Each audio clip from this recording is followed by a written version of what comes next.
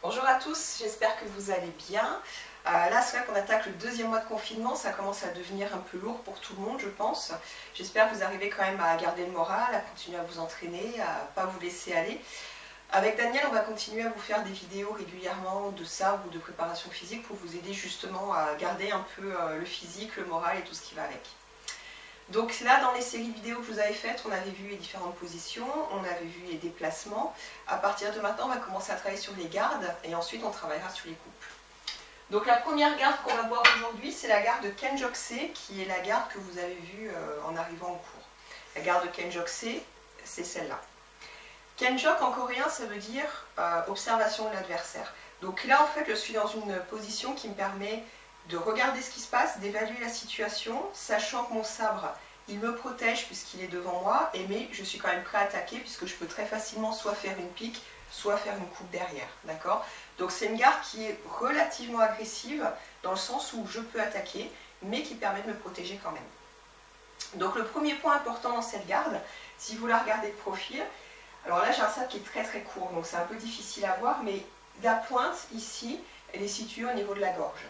Pourquoi au niveau de la gorge? Parce que si je tiens mon sabre comme ça devant moi et que mon adversaire avance, il va s'empaler tout seul sur le sabre, donc au niveau de la gorge. Une fois qu'il va avoir la trachée coupée en deux, il va avoir du mal à respirer, ça va être compliqué pour lui.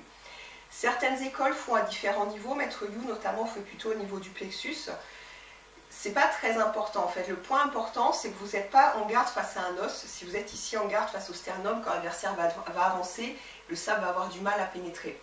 Donc c'est vraiment important de vous dire que vous êtes en garde face à un tissu mou. Et nous, ici dans l'école avec Daniel, on est au niveau de la gorge. Donc je tiens mon sabre ici. L'autre point important, c'est que j'ai les bras qui sont ici, proches de moi. D'accord? Les garçons, je vous rappelle, pensez quand vous allez aux toilettes, vous n'êtes pas loin devant comme ça. Il y a certaines écoles qui le font, ce n'est pas notre cas. Nous, on est vraiment ici. Troisième point important, quand vous êtes dans cette position de garde, les bras ici, ils sont comme dans une fin de coupe, c'est-à-dire qu'ils sont tendus, mais ils ne sont pas verrouillés. D'accord? Ici, j'ai les bras tendus, je n'ai pas les bras verrouillés. Pourquoi c'est important? Parce qu'une fois que j'ai les bras verrouillés comme ça, je ne peux plus rien faire. Concrètement, je ne peux plus aller armer, ça va être compliqué, je ne peux plus défendre. Ici, les bras sont tendus, j'ai de la possibilité de bouger, de faire quelque chose. Et surtout de rajouter de la force s'il y a besoin. L'autre point qui est important par rapport à ça, c'est si vous avez les bras vraiment verrouillés comme ça, quand vous allez vous déplacer, le sabre il va bouger avec vous. A l'inverse, si vous avez les bras tout mous, quand vous allez vous déplacer, le sabre il va bouger aussi. D'accord? Donc ici, c'est important, quand vous vous déplacez, le sabre il bouge le moins possible. Il doit toujours être fixé sur votre adversaire et bouger le moins possible. Vous pouvez voir aussi de profil l'importance ici. Encore une fois, mon sabre est court, mais là, l'idée, c'est que je mets le plus de distance possible par rapport à mon adversaire. Si je suis comme ça, forcément, il n'y a aucune distance et mon adversaire il peut rentrer sur moi très facilement.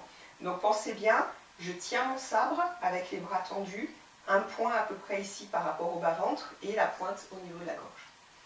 L'autre point sur lequel vous faites souvent des erreurs en cours, c'est quand vous êtes dans cette position Kenjokse, souvent vous avez tendance à basculer en arrière pour essayer de prendre de la distance. Il n'y a pas de raison de basculer en arrière. Ici, vous êtes de face, bien droit, et c'est le fait que vous teniez votre sabre devant vous qui vous permet de prendre de la distance par rapport à votre adversaire.